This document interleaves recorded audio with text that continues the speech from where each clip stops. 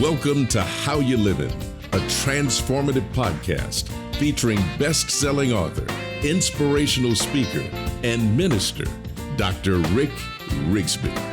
And now, Dr. Rick.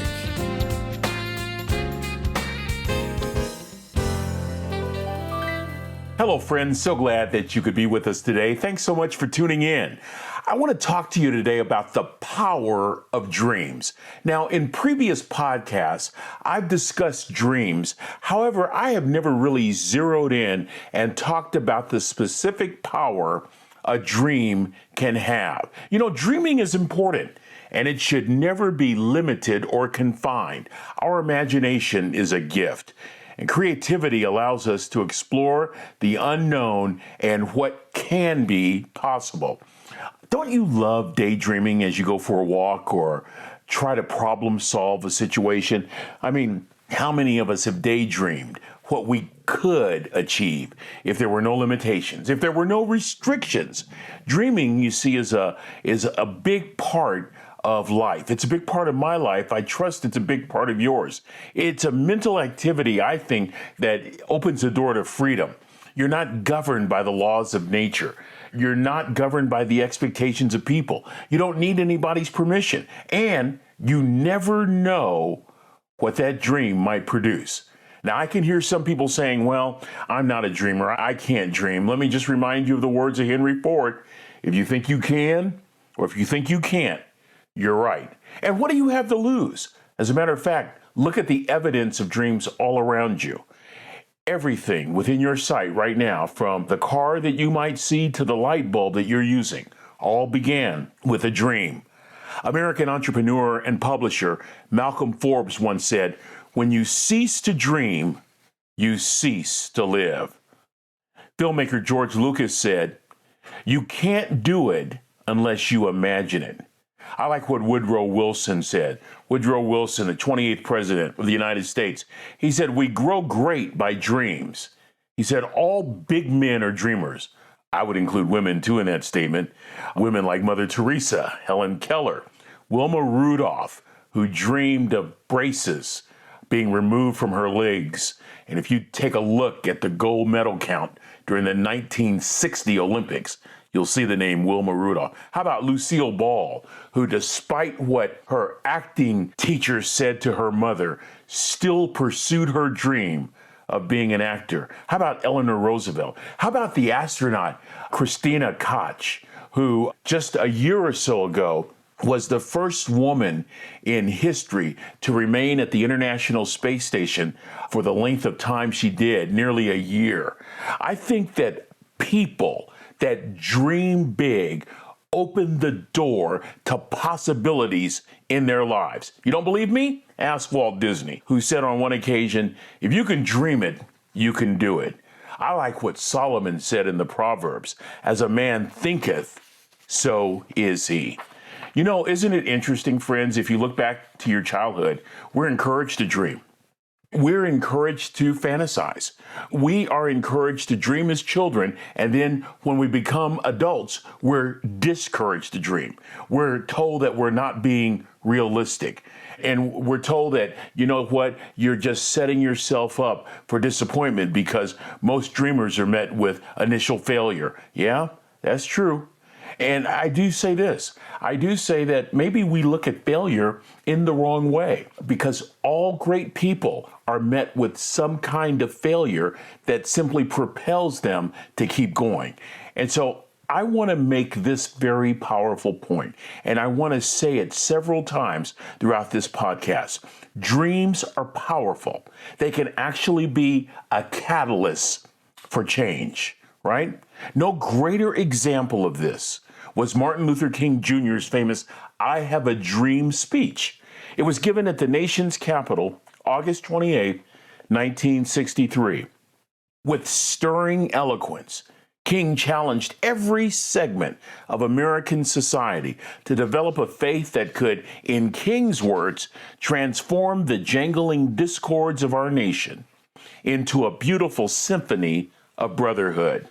A few years ago, a group of communication scholars representing American public address was charged with the task of selecting the best 100 political speeches of the 20th century. I was privileged to be part of that group who selected King's I Have a Dream as the #1 speech on that list. King's poignant descriptions and vivid imagery offered hope and healing to an America fractured by racial turmoil. Friends, dreams are powerful. They can be the catalyst for change. Let's just stay with Martin King for just a second. In every single speech that King gave, in every written document, even in his famous letter from Birmingham jail, you see evidence of a dream that is deeply rooted in the American dream, that all of us are created equal, that there is a possibility for full participation, Black, brown, white, Jew, Gentile, Protestant, Catholic, non-believer, all of us together forming this beautiful brotherhood of love, a sisterhood of unity. Oh, baby, don't tell me that dreams aren't powerful. Ask Walt Disney. Ask King Solomon. Ask Martin Luther King.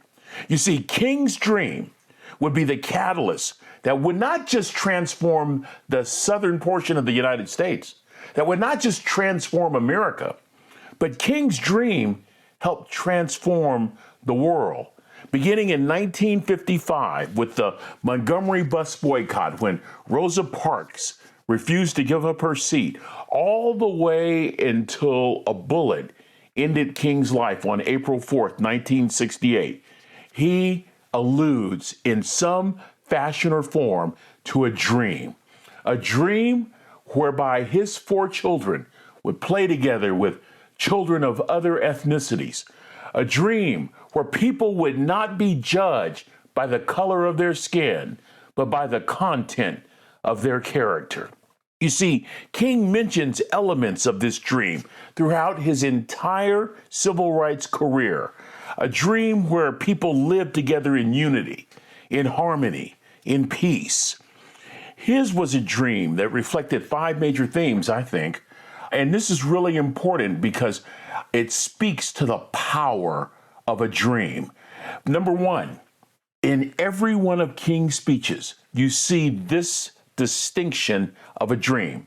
You see a clear and rational assessment of the devastation of racial division and what we need to do to overcome that division.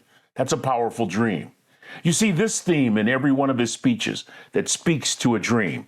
The theme of time, that was really important. King would often say, now is the time to seek racial justice.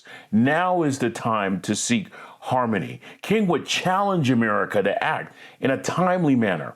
A classic example of this was a speech that King gave on the steps of the Alabama State Capitol following the March in Selma in 1965. This was that famous speech titled, How Long? Many of you have heard this speech. He said, how long will justice be crucified and truth buried?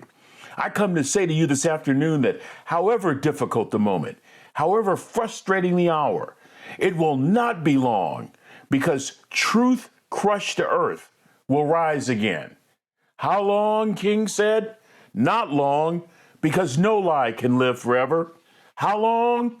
Not long, because you shall reap what you sow. How long?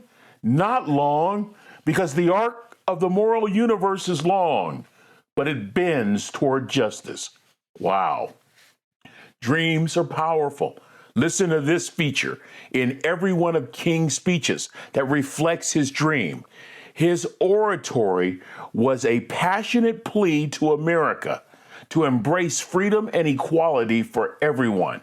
Listen to this feature that reflects King's dream. His call was for unity, for complete and total unity.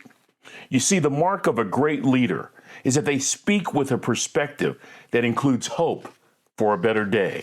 For King, speeches referenced in some form or another what he referred to as the beloved community, hope for a better day. A society where all citizens enjoyed full and equal participation under the law. On one occasion, King warned that we will either learn to live together as brothers and sisters, or we'll perish together as fools.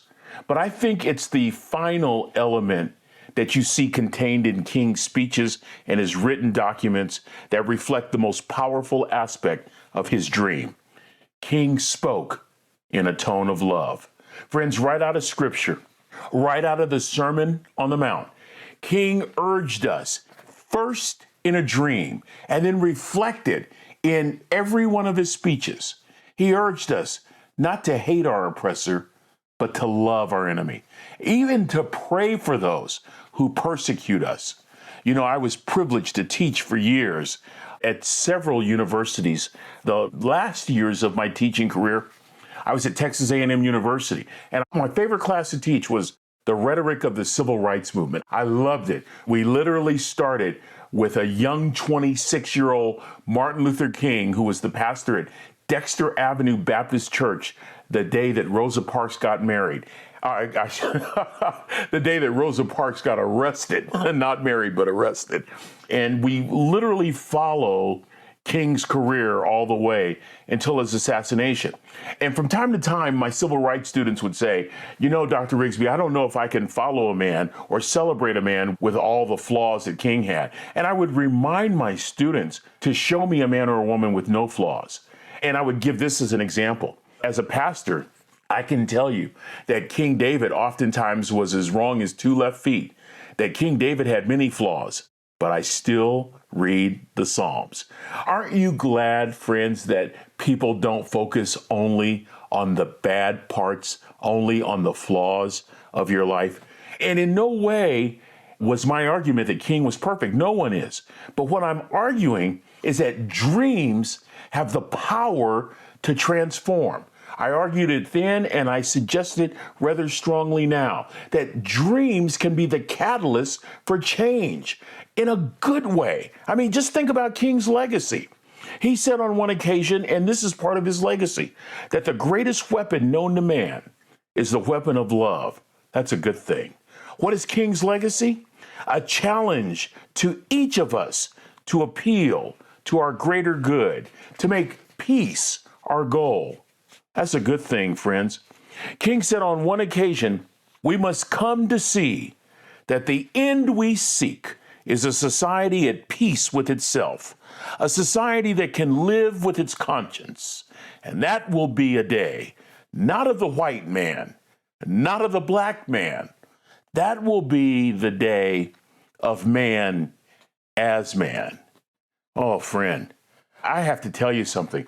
When we dream, we are literally opening up the vault of possibilities of what could be, of what might be, of what can be realized. It's exciting, and it's within the grip of each and every one of us, for we all have an imagination. We all have creativity. Why not imagine a world that is better and then commit to doing something about it? That's why I firmly believe that a dream has the power to transform and can be a catalyst for good, for good. And when we function like that, maybe the scripture one day will be realized, where every valley will be exalted and every mountain and hill made low and the crooked made straight and the rough places plain, and the glory of the Lord revealed for all flesh to see it together. That was Martin Luther King's dream. And may King's dream continue to uplift our spirits and encourage us toward peace and unity. But also, friends, may King's dream and the bold and audacious dreams of so many others challenge each of us to dream big about how we can make this world a better place. Oh, let's think about those words for a few moments, friends. As a matter of fact, go ahead and contemplate and reflect on those words for a few days, because I'll tell you something. We need dreamers, big dreamers, to bring our world together as a world of peace, a world of unity, and a world filled with love. Oh, friends, I'm uplifted. I hope you are as well. And until we meet again, this is Dr. Rick asking you the most important question I can ask today. How you living? Are you ready to make an impact in your world right now? Do you want to stop existing and start living your best life right now? Dr. Rick wants to give you the first chapter of his best-selling book, Lessons from a Third Grade Dropout, absolutely free. Just go to www.rickrigsby.com/free gift to get the print or audiobook right now. This is thepodcastfactory.com.